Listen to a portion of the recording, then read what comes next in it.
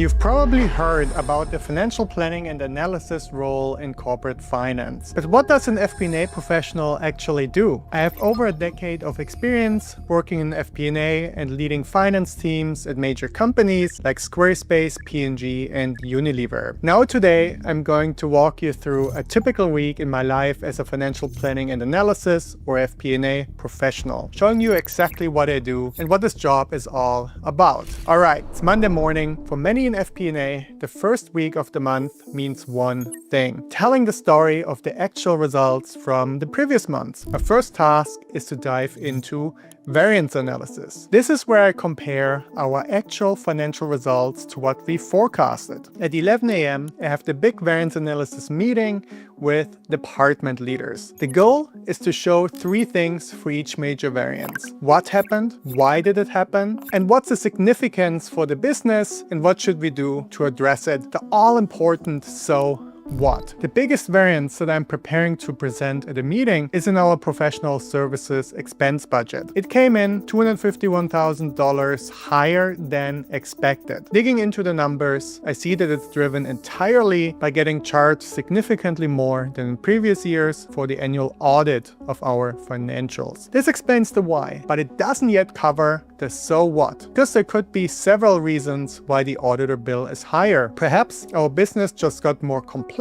with the acquisition we did a few months ago. In that case, it wouldn't be an issue. But I want to find out more. So I asked my business partner, who manages the contracts for our suppliers, if I can see the agreement with our auditor for this year and for last year. I compared the two and realized that the cost increase is almost exclusively driven by a higher hourly rate. Our auditor increased the price on us. Of course, we should have noticed this ahead of time, but at least now I have the so what for this major variance. I can make a recommendation that we should compare the price to other audit firms to see if we can save some money with the next audit. Before I show the rest of my day as an FP&A pro, I wanted to quickly mention that I'm currently giving away my top 10 most popular one-pagers for free, which contain the strategies I've learned after close to 15 years in corporate finance and training FP&A teams for some of the biggest companies out there. Just click the first link below if you want it. Now let's get back to the video. As I'm putting the final touches on the slide for the variance analysis, I get an email from my CFO. She has a few key questions. How are our sales volumes and margins comparing to the forecast? And that's the core of my job right now.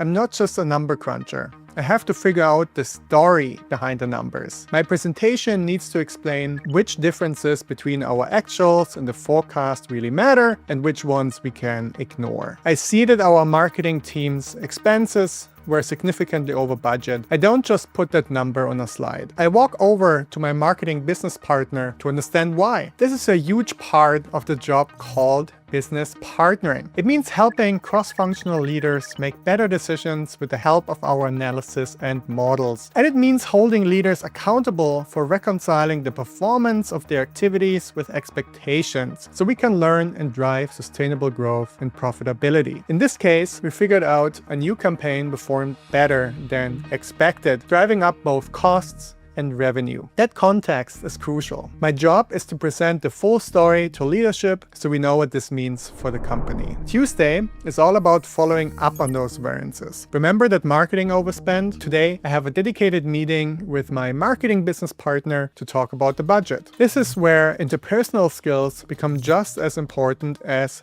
technical skills. The board didn't approve the initial company-wide budget, so we now have to make some adjustments. In our meeting, I have to communicate that we need to reduce the marketing budget by 10% for the rest of the year. My goal isn't just to deliver the bad news. It's to partner with my business partners. We discuss options for how to release that cut. Could we shift spending from one campaign to another? Delay a certain initiative? What's the potential business impact of each choice? I run an analysis to show the head of marketing how reductions in the budget are likely to impact revenue. Our goal is to eliminate only those activities that have the lowest return on investment. This is what business partnering looks like in the real world: collaborative problem solving. Sometimes that involves a complex financial analysis, and sometimes it just means scheduling urgent brainstorming sessions with multiple department heads to get everyone aligned. Getting them in a room is simple, but getting them to agree on a course of action can often be harder than building the most complex financial model in Excel. But it's that balance between working with people and solving puzzles in Excel that makes FP&A so fascinating to me. Wednesday is when the unexpected happens. The routine is broken by an urgent request. This is what we call ad hoc analyses. I get a message from the director of product development. He says, "We have an idea for launching a new ice cream flavor. Can you help us figure out if it makes financial sense?" This is my cue to start building a financial model. This is a classic decision support project. I'll create a model that projects our potential sales, costs, and profitability for this new flavor. I need to know things like how much can we afford to spend on marketing to make this launch a success. This requires me to work with multiple teams: sales for revenue projections, operations for costs of goods sold, and marketing for the launch budget. Then I'll create a complex model in Excel. What fascinates me about this is that the model produces one number that decides whether the project is a go or a no-go. Either a return on investment figure, the number of months it takes to pay back the initial investment, or a net present value figure for projects that last longer than a year. Sure, there's some pressure on me to challenge my business partners, so the assumptions that go into the model make sense. But at the same time, it's great to have so much impact on major business decisions. And I feel more relaxed about financial modeling challenges now that I have access to AI. When I get stuck with a complex Excel formula, I simply ask ChatGPT or another AI chatbot how to move forward, and it gives me step-by-step instructions on how to write the formulas and build the model. Sometimes these ad hoc requests are reactive too. For instance, the CFO might ask, "Product A has seen declining margins over the past quarter. Can we dig into what is causing that?" This is a typical ad hoc analysis that requires me to dive deeper into data to find an answer. Thursday is for looking ahead. It's time for our monthly forecast update. I take everything I've learned this week, the actual results from Monday, the budget updates from Tuesday, the potential new product from Wednesday, and use it to update our financial forecast for the remainder of the year. This isn't just a math exercise. It's about translating business activities into a financial outlook. Notice how all the components of the forecast update required me to work closely with the other departments. A forecast that is done just by finance in a silo is rarely as useful for decision making than a collaborative forecasting process like I'm describing here. Then, a bigger, more strategic question lands in my email inbox from the CFO. How much can we invest in expanding our production capacity over the next 3 years, given our cash flow and profit goals? This goes beyond the annual plan. This is part of our long-range plan and strategy. It's a long-term project that involves modeling different scenarios to help leadership make major investment decisions that will impact the company for years to come. Working on these long-range plans is one of my favorite FP&A tasks. The pace of these projects is slower, and I can be creative with how I'm approaching it. Part of it is discussing detailed what-if scenarios with leaders across the company. Since it's not about explaining performance issues or fighting other fires, leaders tend to be more relaxed and open to these kinds of discussions. By the end of the day, I finish my plan of